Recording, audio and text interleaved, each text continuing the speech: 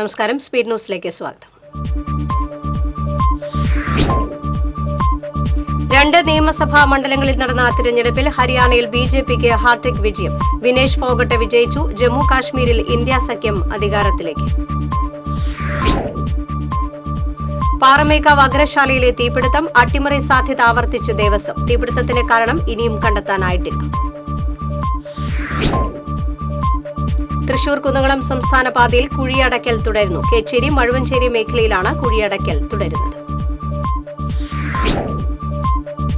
കൊരട്ടി ദേശീയപാതയിൽ സുരക്ഷാ ക്രമീകരണങ്ങളില്ലാതെ നിർമ്മാണ പ്രവർത്തനം. അപകടങ്ങൾ തുടർക്കഥയാകുന്നു.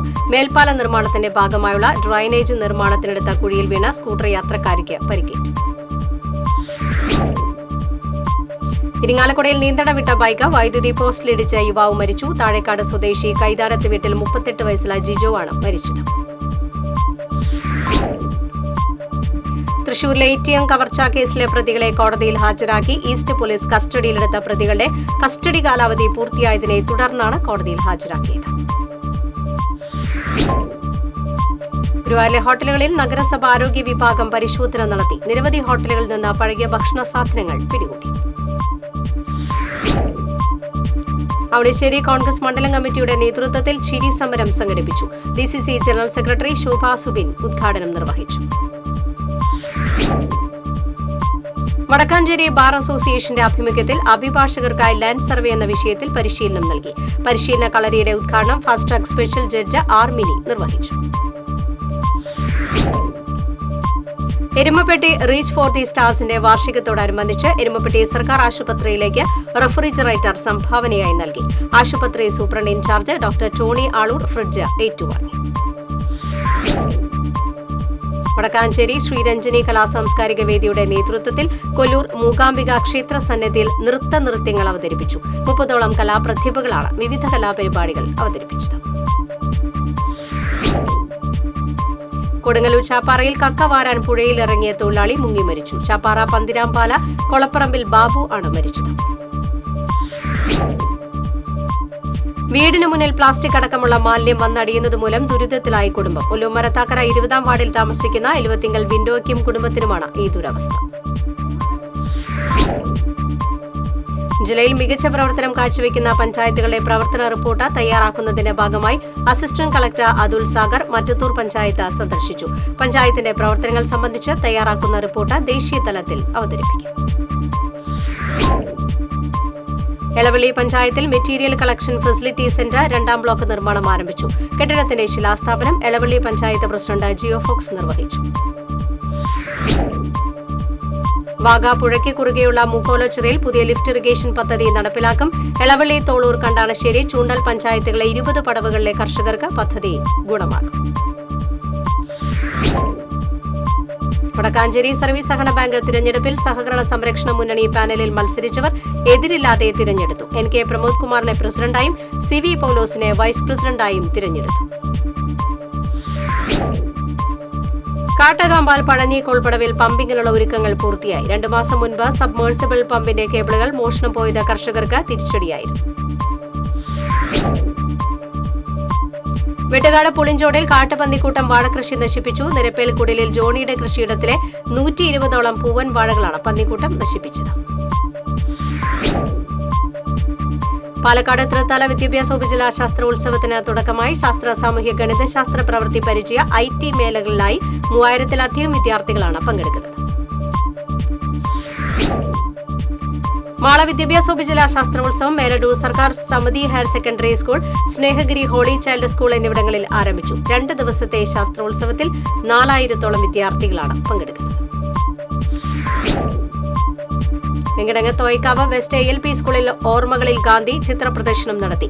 പ്രധാന അധ്യാപകന്റെ ചുമതല വഹിക്കുന്ന റാഫി നീലങ്കാവിൽ ചിത്രപ്രദർശനം ഉദ്ഘാടനം ചെയ്തു. ADGP P. വിജയനെ സംസ്ഥാന ഇന്റലിജൻസ് വിഭാഗം മേധാവിയായി നിയമിച്ചു. ഇത് സംബന്ധിച്ച് നിർണായക ഉത്തരവിറങ്ങി. നിലവിൽ രാമവർമ്മപുരം പോലീസ് അക്കാദമി ഡയറക്ടറാണ്. മലമ്പുഴ ഡാം തുറന്നതോടെ ഭാരതപ്പുഴയിലെ ജലനിരപ്പ് ഉയർന്നു. ചെറുതുരുത്തി ഷൊർണൂർ ഭാരതപ്പുഴയ്ക്ക് കുറുകെയുള്ള തടയണ അടച്ച് വെള്ളം സംഭരിച്ചില്ലെങ്കിൽ വേനലിൽ ജലക്ഷാമത്തിന് ഇടയാകുമെന്ന് നാട്ടുകാർ. വടക്കാഞ്ചേരി ബൈപ്പാസ് നിർമ്മാണത്തിന് 20 കോടി രൂപയുടെ ഭരണാനുമതി നൽകിയതായി മന്ത്രി PM മുഹമ്മദ് റിയാസ്. സേവ്യർ ചിറ്റിലപ്പള്ളി MLAയുടെ സബ്മിഷന് നൽകിയ മറുപടിയിലാണ് പൊതുമരാമത്ത് വകുപ്പ് മന്ത്രി ഇക്കാര്യം അറിയിച്ചത്. കുടിവെള്ള പൈപ്പ് പൊട്ടി ഒഴുകിയ വെള്ളത്തിൽ മത്സ്യകൃഷി നടത്തി കോൺഗ്രസ് സമരം. തൃപ്രയാർ നാട്ടിക സെൻട്രൽ നാഷണൽ ഹൈവേയിലെ വെള്ളക്കെട്ടിലാണ് കോൺഗ്രസ് നാട്ടിക മണ്ഡലം കമ്മിറ്റി സമരം നടത്തിയത്. പാവറട്ടി പഞ്ചായത്തിൽ കോൺഗ്രസ് പ്രവർത്തകർ 2 ചേരിയിലായി വീണ്ടും തിരഞ്ഞെടുപ്പിന് കളമൊരുങ്ങുന്നു. പാവറട്ടി ആസ്ഥാനമായി പ്രവർത്തിക്കുന്ന Chavakkad taluk rural housing society തിരഞ്ഞെടുപ്പിലാണ് കോൺഗ്രസ് പ്രവർത്തകർ 2 പാനലുകളിലായി മത്സരിക്കുന്നതിന് സാധ്യത തെളിഞ്ഞത്. എരുമപ്പെട്ടി ചിറ്റണ്ട തൃക്കടപതിയാരം സെന്ററിന് സമീപം നിയന്ത്രണം വിട്ട പിക്കപ്പ് വാൻ വെള്ളച്ചാലിലേക്ക് ഇറങ്ങി അപകടം. വാഹനത്തിലുണ്ടായിരുന്ന മലപ്പുറം സ്വദേശികളായ 2 യുവാക്കൾ പരിക്കുകളേൽക്കാതെ രക്ഷപ്പെട്ടു. വാഹനത്തിന് മുൻവശം തകർന്നു. ഇന്ത്യൻ നാടകവേദിയിൽ പ്രകമ്പനം സൃഷ്ടിച്ച രക്തരക്ഷസ് എന്ന നാടകം പുതിയ മാറ്റത്തോടെ വീണ്ടും വരുന്നു. ഏരീസ് കലാനിലയത്തിന്റെ ബാനറിൽ ഈ മാസം 13 മുതൽ കൊടുങ്ങല്ലൂർ തിരുവഞ്ചിക്കുളം ക്ഷേത്രസന്നിധിയിൽ നാടകം അരങ്ങേറും. വിവിധ ആവശ്യങ്ങൾ ഉന്നയിച്ച ആഭരണ നിർമ്മാണ തൊഴിലാളി യൂണിയന്റെ ആഭിമുഖ്യത്തിൽ ജില്ലാ ലേബർ ഓഫീസിലേക്ക് മാർച്ച് സംഘടിപ്പിച്ചു. മാർച്ച് CITU സംസ്ഥാന വൈസ് പ്രസിഡന്റ് MK കണ്ണൻ ഉദ്ഘാടനം ചെയ്തു.